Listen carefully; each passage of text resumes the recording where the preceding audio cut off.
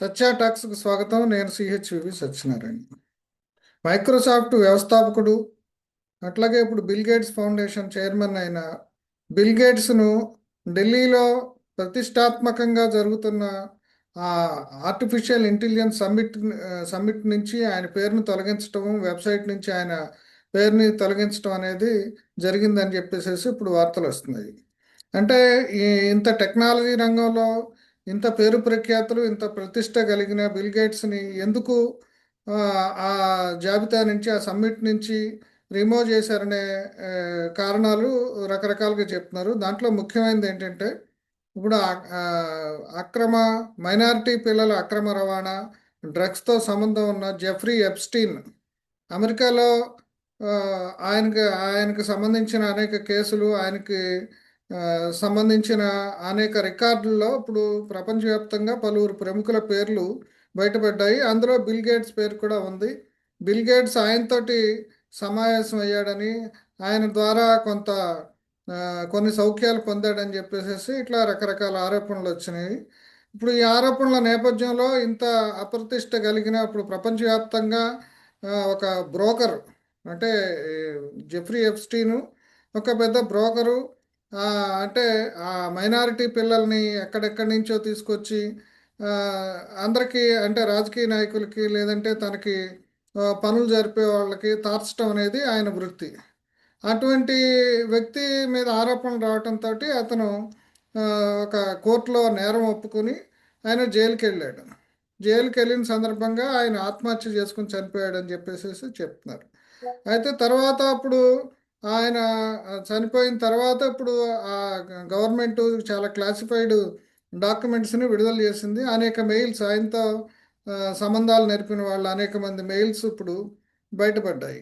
ఆ మెయిల్స్లో ఇప్పుడు భారత ప్రధాని మోడీ, ఆ, హర్దీప్ సింగ్ పూరి ఆయిల్ మినిస్టరు, ఇటువంటి అంబానీ, ఇటువంటి వాళ్ళ పేర్లు కూడా బయటకు బయటపడి ఇప్పుడు పెద్ద సంచలనాత్మకంగా గొడవలు జరుగుతున్నాయి. హర్దీప్ సింగ్ పూరి దాదాపుగా 14 సార్లు జెఫ్రీ ఎప్స్టీన్ తోటి ఎందుకు సమావేశం అయ్యాడు అనే దాని మీద కూడా ఆయన చెప్పే ఎక్స్ప్లెనేషన్ ఏంటంటే, ఏదో దేశ ప్రయోజనాలను దృష్టిలో పెట్టుకుని తాను ఆయనతో సమావేశం అయ్యానని చెప్తున్నాడు.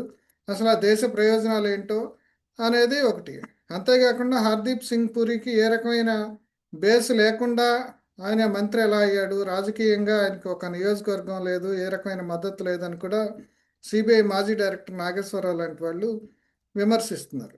సరే, ఇటువంటి ఈ గొడవల నేపథ్యంలో ఇప్పుడు ఈ వ్యవహారంతో సంబంధం ఉందనే ఆరోపణలు ఎదుర్కొంటున్న బిల్ గేట్స్ని ఎందుకు ఈ సమావేశంకి ఒకవేళ పిలిచినా సరే ఆయన్ని తప్పించాలని చెప్పేసి మోడీ ప్రభుత్వం నిర్ణయం తీసుకుంది. అయితే ఇప్పుడు అట్లేం లేదు. ఆయన ఆ సమావేశంలో ప్రసంగిస్తారని బిల్ గేట్స్ ఫౌండేషన్ చెప్తుంది, కానీ దాంట్లో పస కనిపించలేదు.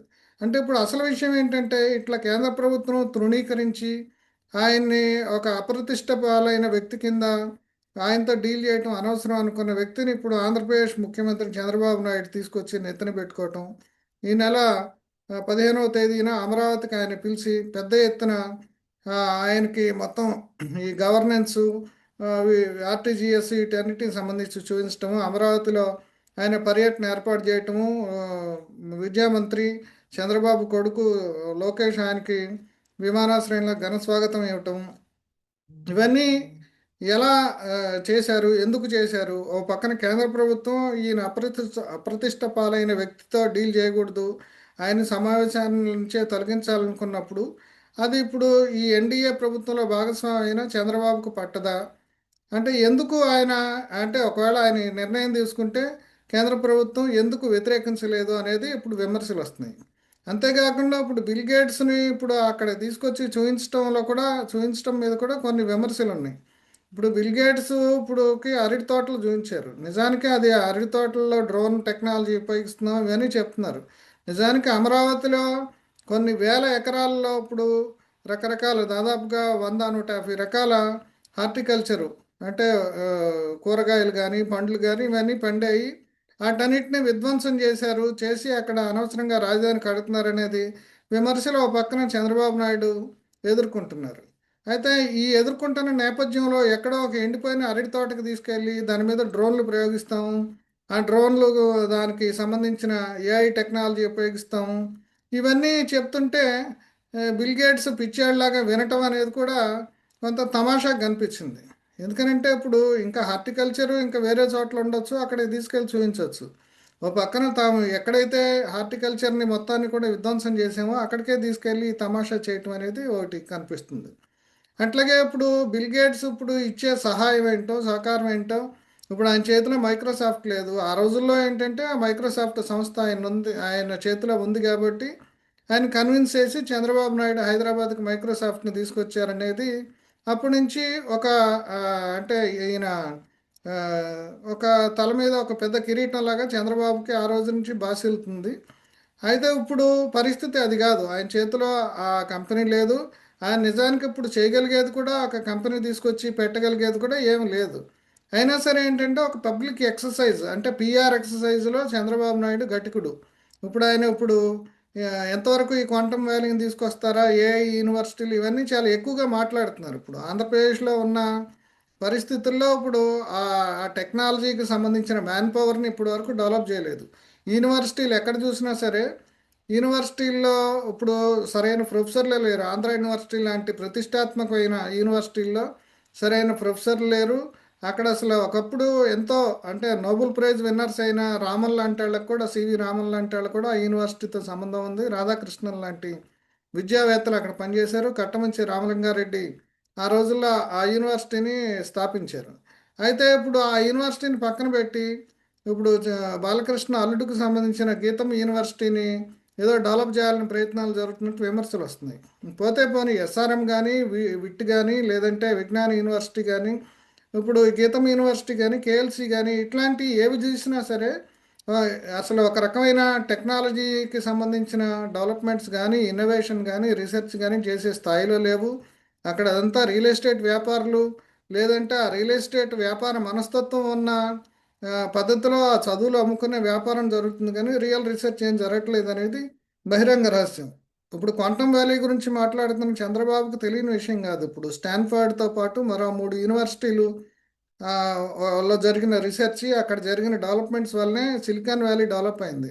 అట్లాగే ఇక్కడ ఏ రకమైన చదువు సంధ్య లేకుండా ఏదో బిల్ గేట్స్ని తీసుకొచ్చి ఇక్కడ ఏదో పైపైన మెరుగులు చూపించి ఏదో అట్టహాసంగా ఆ, చేయటం అనేది దీనివల్ల ఏదో జరుగుతుందనే ఒక ప్రచారాన్ని తీసుకురావడానికి చంద్రబాబు ప్రయత్నం చేసినట్టు కనిపిస్తుంది. అట్లాగే సంజీవని గురించి ఇప్పుడు ఏఐ టెక్నాలజీని ఉపయోగించడం గురించి మాట్లాడుతున్నారు. అట్లాగే డిజిటల్గా ఇప్పుడు మొత్తం కూడా రోగులకు సంబంధించిన రికార్డులు ఇవన్నీ కూడా చాలా పెద్ద పెద్ద విషయాలు మాట్లాడుతున్నారు. బేసిక్గా అక్కడ ఆసుపత్రుల్లో ఎక్కడ చూసినా సరే మురికి కూపాలుగా ఉన్నాయి. సామాన్యుడు వెళ్ళే హాస్పిటల్స్ ఇప్పుడు మనం ఆ, ఏదో వైజాగ్ కేజీహెచ్ తీసుకున్నా లేకపోతే విజయవాడ గవర్నమెంట్ హాస్పిటల్ తీసుకున్నా గుంటూరు జనరల్ హాస్పిటల్ తీసుకున్నా ఎంతో పేరు ప్రఖ్యాతులు ఉన్నాయి. వాటిని డెవలప్ చేయడానికి కానీ ఆ, అక్కడ జరుగుతున్న ప్రయత్నాలు లిమిటెడ్గా ఉన్నాయి.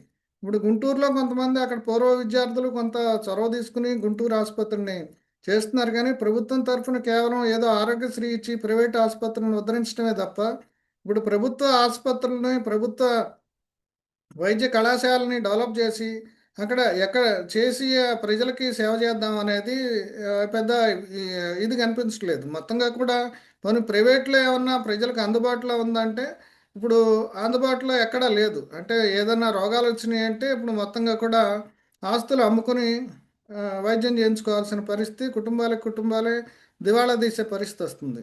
దీన్ని వదిలిపెట్టి ఏదో సంజీవని రికార్డులు మేము హెల్త్ రికార్డులు ఆటోమేట్ చేస్తాము ఇవన్నీ మాట్లాడుతున్నారు. ఇదంతా కూడా ఒక ప్రచార పటోటపం.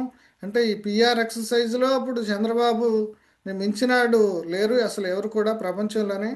అంటే ఇప్పుడు ఒకవేళ అట్లాంటి ప్రచారం చేయాలని అనుకున్నప్పుడు కూడా అంటే వాస్తవంగా కొంత పని చేయాలి.